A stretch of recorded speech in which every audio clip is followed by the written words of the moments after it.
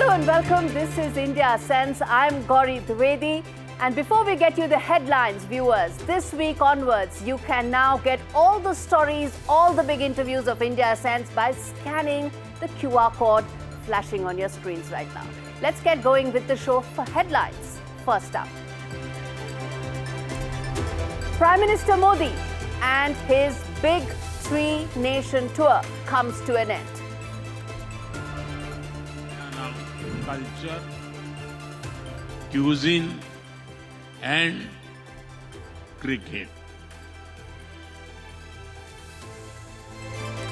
After co-chairing India-Caribbean Community Summit, holding bilateral talks and interacting with the Indian community, Prime Minister Modi wraps up the warm and productive Guyana visit and the historic three-nation tour.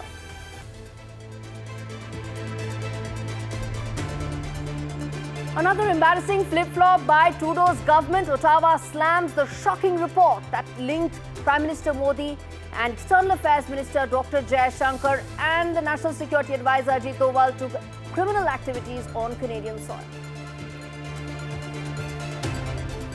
Same song and dance at COP29 all over again as countries fail to reach consensus over climate financing for developing countries.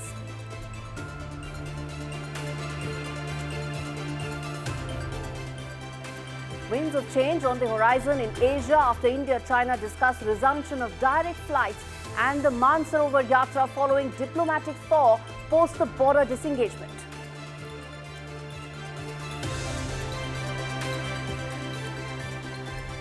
Prime Minister Modi and UK's Keir Starmer announced relaunch of the UK-India free trade talks early 2025 after months of delay due to elections in both the countries.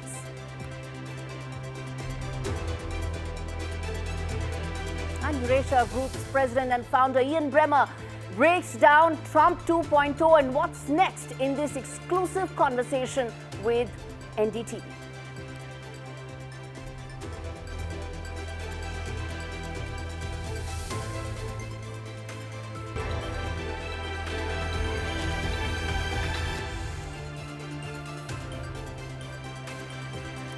All right, the big story on India Sense this week. Prime Minister Modi is returning to India after a three-nation tour which included Guyana and Brazil for G20. And the first stop for Prime Minister Modi in this trip was Nigeria.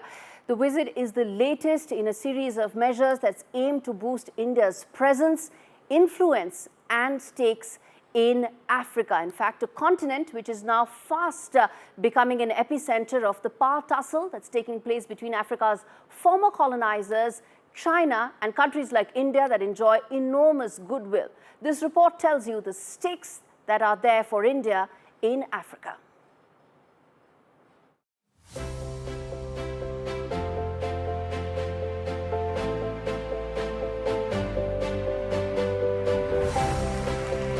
Bharat की प्रगति से आप खुश होते हैं और यहाँ आपकी प्रगति पर हर भारतवासी का सीना चौड़ा हो जाता है.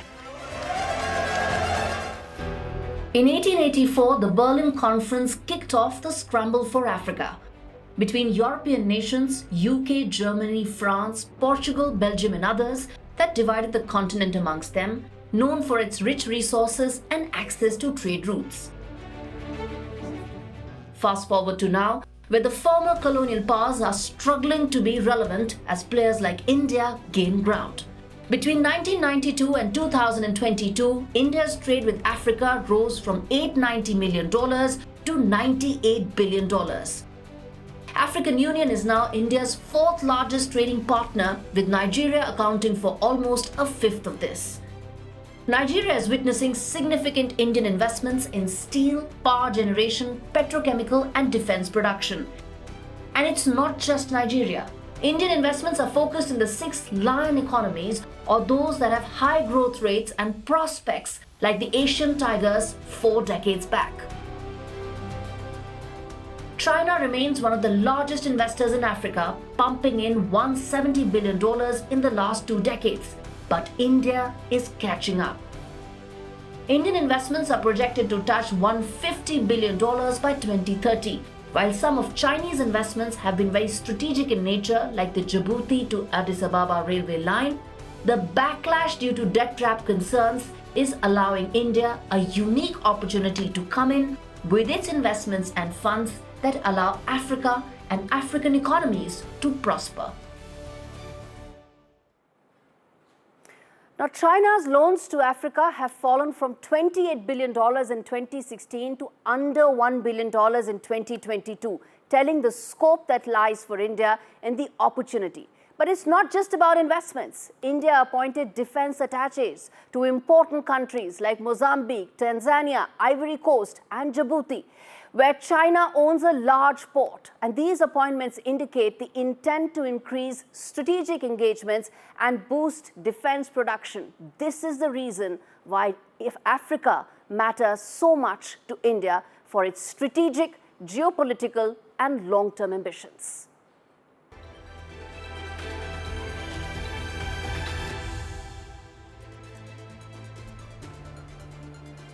Now, is this the beginning of a new era in Asia? After years of tension, clashes and mistrust, the world's two largest countries, that is India and China, are now attempting to, what one may say, rewriting their story.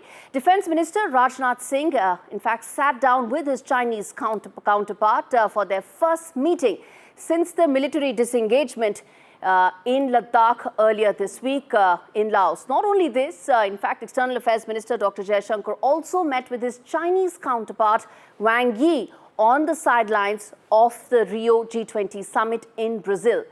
The stakes, in fact, couldn't have been higher. And the question remains, are these two giants of Asia finally heading towards peace and growth, or is this just another blip given the fact that there are still thorny issues that need to be resolved? The very fact that the two defense ministers were able to sit down and talk after the violent clashes 4 years back in Galwan Valley is nothing short of what one may see as remarkable. Coast of Galwan, of course, still remain, and there's good reason for that. And in fact, we'll tell you exactly what Defense Minister also said, that quote that is flashing on your screens. Defense Minister Rajnath Singh made it clear to his counterpart, the Chinese counterpart, that Galwan-like incidents must be avoided at all costs. A firm stance, a clear message: India is no longer willing to let its guard down. That's essentially what the big message was.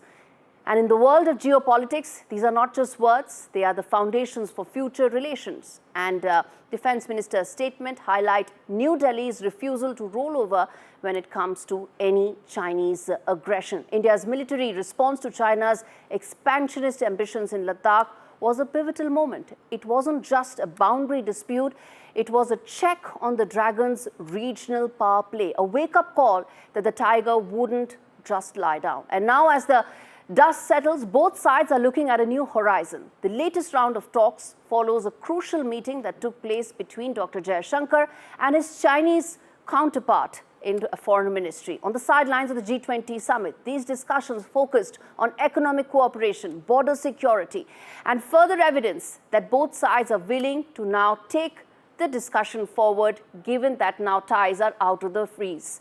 Not only this, both nations have agreed to explore resuming direct flights, and a move that could reinvigorate both trade, tourism, and of course people-to-people ties. They're also looking at kick-starting the Kailash Mansarovar, a very important pilgrimage visit for India. In fact, now the question is this a diplomatic thaw, or is it a turning point as far as India-China relations? The Chinese Foreign Ministry has called it, quote-unquote, a starting point, a new starting point for the bilateral partnership. But as any seasoned diplomat knows, there is a lot more as far as these comments are concerned. But the tip of the iceberg, really, the real test will be as to what will follow from here on. And that is really the key question to watch out for. That will India and China, will it be a mix of cooperation, or will there also be some competition?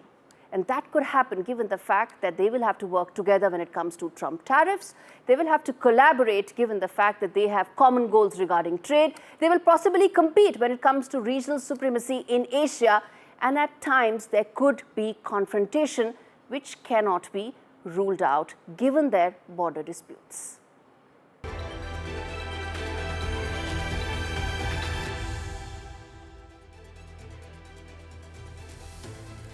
Well, the clock is ticking and the pressure is mounting quite literally when it comes to COP29. Another breaking point it has reached. Developed countries are dodging the question yet again. How much climate finance are they willing to put up on the table to ensure that developing countries can progress? They can address their climate challenges, they can meet the common climate goals, and also ensure that they can avoid the climate catastrophes. Negotiations have hit a standstill, nothing new, something that happens year on year. Take a look at this report that tells you what's different this time around, except for possibly more expectations and hope.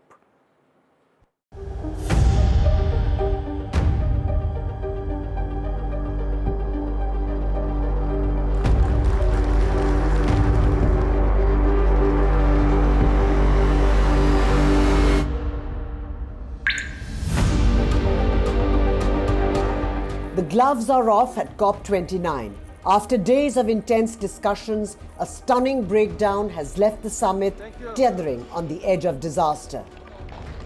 In a move that has shocked the world, all countries have rejected the latest climate finance draft, plunging the summit into chaos. The central issue? A simple yet unsettling question. How much money will the developed world commit to help the global south face the climate crisis after 2025? Is not yet guaranteed. The developing world has made their demands clear. At least $1.3 trillion per year to combat escalating climate disasters. That's 13 times the $100 billion pledged back in 2009, a promise that was never fully met. Yet, despite the urgency, rich nations continue to play the old game of cat and mouse, dodging responsibility and leaving the most vulnerable in the lurch. What do we want? Meanwhile, negotiators have been mulling over numbers at yet another cozy retreat. Unfortunately, nothing close to what's needed. The European Union is proposing a target of $200 to $300 billion a year. But that's a mere drop in the ocean compared to the trillions the developing world needs. For the global south, this is old hat, another round of broken promises and empty words. As they watch the rich nations circle the wagons, it's clear that the climate finance conversation is once again stuck in a loop of hogwash. The proposed sums fall far short of the mark, and as the impact of climate change continues to wreak havoc, the rich world seems content to sit pretty. When Prime Minister Modi is launching a scheme for 10 million or 1 crore rooftop solar plants in India, that matters. But the climate talks, so to say, have limited significance.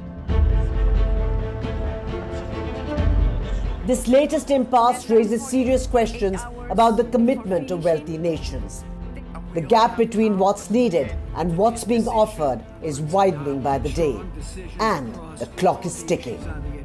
If the rich nations don't come to the table with a serious offer, the consequences could be catastrophic. For the developing world, the stakes couldn't be higher. If COP29 fails to deliver, it won't just be another summit gone wrong. It will be a devastating blow to the planet's future. But right now, it feels more like a storm on the horizon, with the clock ticking down and no solution in sight. As the negotiators scramble, the question remains, will they rise to the challenge, or will they be remembered as just another footnote in the long history of climate inaction? With Arjun Samar Mahendran, Bureau Report, NDTV World. All right, we're slipping into a very short break. We come back on the other side and get you the big voice this week on India Sense. Ian Bremmer on what Donald Trump's second round means at Oval Office for India. Stay with us.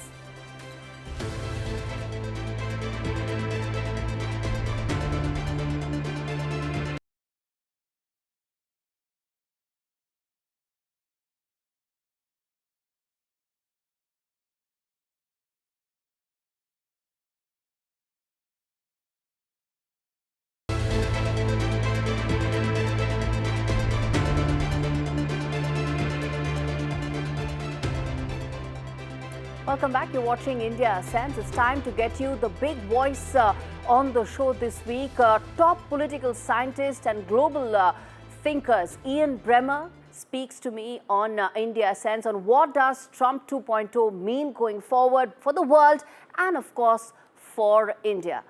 Mr. Bremmer, thank you so much for taking out the time speaking to me on NDTV. My first question to you, sir, is the fact that we're speaking at a time when there is now greater alignment that's taking place. You have Russia, Iran, China, North Korea essentially becoming more close in terms of cooperation. What does this mean for Donald Trump as he comes to power 2 months from now?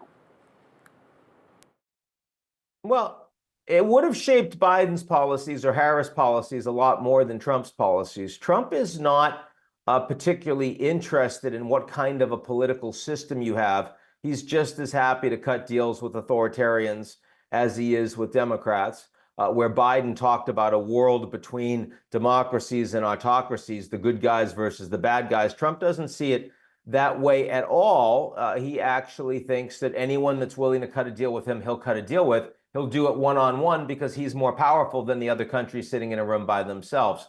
Now, Trump is willing to cut a deal with the Russians, and he's much more willing than any other American president would have been. He's also willing to cut a deal with the Chinese. Now, he's going to put more tariffs on China, and he has appointed a number of China hawks in his administration waiting for confirmation. But the fact is that if the Chinese are willing to cut him a good economic deal, even a good diplomatic and military deal, Trump is much more likely to accept it than other leaders would be. So I don't think Trump is particularly bothered. Look, Trump is not someone that even cares about a strong Europe. He doesn't like the EU. He wants to deal with individual European leaders. Most American presidents would think that a strong European Union in a global order that's more chaotic and fragmented would be good for the United States. Trump doesn't. Trump thinks a strong EU is a competitor to the United States. He wants it to fragment. So in many ways, U.S. foreign policy is becoming more Chinese in orientation. What I mean by that, less about common values, very tactical, very transactional, and really eschewing multilateral sort of environments in favor of one-on-one negotiations where the Americans or where the Chinese are more powerful. Okay. But specifically in terms of appointments that Trump administration has been making, what does this signify for India? The Indians are one of the few countries in the world that was set to have a very strong relationship with the United States, whether or not Kamala Harris or Donald Trump won. Some of that is about the reality that U.S.-China relations are poor, lack trust, and that there are a lot of American corporations that are starting to de-risk, as they like to call it, their exposure from China, and a lot of that investment is moving into India. The Indian economy is growing much faster, and it's a fairly large economy than any other major economy in the world, so it's a more attractive destination for trade and for investment. There's a lot of well-educated people that can work with the United States in technology sphere, which is very important. Also you have a reality that you've got a lot of diplomatic alignment between the countries, a lot of trust that you've built with new architecture, particularly the Quad. So all of that is positive. Having said that, Trump does not like trade surpluses in other countries' favor, and he will be interested in increasing tariffs against Indian goods unless he gets transactional benefits, just like he will against other allies around the world. Okay. So barring the trade tariff issue, do you think a Trump 2.0 would actually be positive and very good for India? Absolutely. I think in every other aspect, except for the long-term aspect.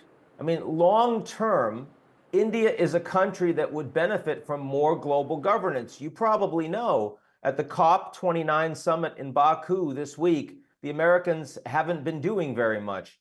Trump isn't interested in putting money into a global loss and damages fund that would allow the developed countries to pay for the costs of climate change and industrialization that are going to be borne by poorer countries like India, like Southeast Asia, like the sub-Saharan African countries. Of course, that's a problem for India. I mean, if India wants to continue to industrialize, It needs accountable and responsible partners that care about global leadership, that care about 1.5 billion Indians in the world and not just their own populations. Trump doesn't. Trump's America First policy is India somewhat later when they think about it, and not our problem. And long term, a United States that doesn't care about the values in the UN Charter or in the World Bank or in the IMF or in any of these multilateral agencies, those are problems for the Indians long term. Okay. So would that mean that under a Trump administration, India's aspiration to be a permanent member at the UNSC could probably become that much farther from the goal? So his appointee for ambassador to the UN has no particular interest in the UN, no experience, and certainly isn't a fan of it. I think there's a lot of concern in the UN, including from the Secretary General personally, that a Trump administration would stop paying dues from the United States to the United Nations. Now, that's going to be a weaker UN. Is a weaker UN with an absent United States, is that a place where India might have more ability to play a role? At the structural level, yes, because if India is willing to, have more involvement with peacekeeping, for example, with refugee support, for example, an organization like UNRWA that the Americans have pulled out of, India will be able to have a lot more influence at the UN. But the Security Council is broken, and an American veto is a unilateral ability to prevent reform, which I expect that the Trump administration will wield repeatedly. So in that regard, I think India can have more influence in the UN structure, just like China has had more influence over the past years. India should do a lot more at the UN and with the UN, but not in the Security Council, in my view. Okay, given the focus that a Trump administration is expected to have on China, how does this fit in with the recent thaw that India has seen with its relationship with China? We don't yet know exactly what the economic ministries in the U.S. will be, and that will determine how hard the Americans pursue the 60% tariffs on China they've been talking about, which could cause an immediate crisis. Certainly under Trump, there is the possibility of a Cold War with China. You would see a more hawkish orientation by incoming Secretary of State Marco Rubio, National Security Advisor Mike Waltz, on issues like Taiwan, for example, on U.S. national security and technology vis-a-vis China. And if you're India, that means you have a better relationship with the U.S., but it also means that you're getting pushed more to take a more hawkish stand on China, which happens to be the largest trade relationship that India has in the world. So again, on balance, if you're India, you want peace, you want global stability, you want to be the friends of everybody, and the Trump administration does make that a little bit harder. Okay. All right. All right, Mr. Bremmer, thank you so much for speaking to me and decoding what Trump 2.0 could mean for India. All right, shifting focus now to a story coming in from Canada. Quick take on Canada. In a dramatic turn of events, the Justin Trudeau-led government facing a storm of controversy after denying a shocking report that linked Prime Minister Modi, External Affairs Minister Dr. Jaishankar, and National Security Advisor Ajit Doval to criminal activities on Canadian soil. Not only this, Ottawa has lifted the additional security screening measures for travellers to India, which were implemented earlier this week. This comes just days after a strong rebuttal from New Delhi, calling the allegations speculative and inaccurate. But the damage has been done. Canada now finds itself caught between two opposing forces, a flip-flop of monumental proportions. For the Trudeau government, the truth seems as elusive as a needle in a haystack, and critics are calling it a desperate attempt to quell growing diplomatic tensions. The heat is on, and with tensions rising, all eyes are now on how Trudeau and his government will navigate this delicate minefield. All right, with that, it's a wrap on this edition of India Sense. Viewers, do not forget to tune in to all that has happened in India Sense. You can catch that entire playlist by scanning the QR code on your screens. Thanks so much for watching this episode.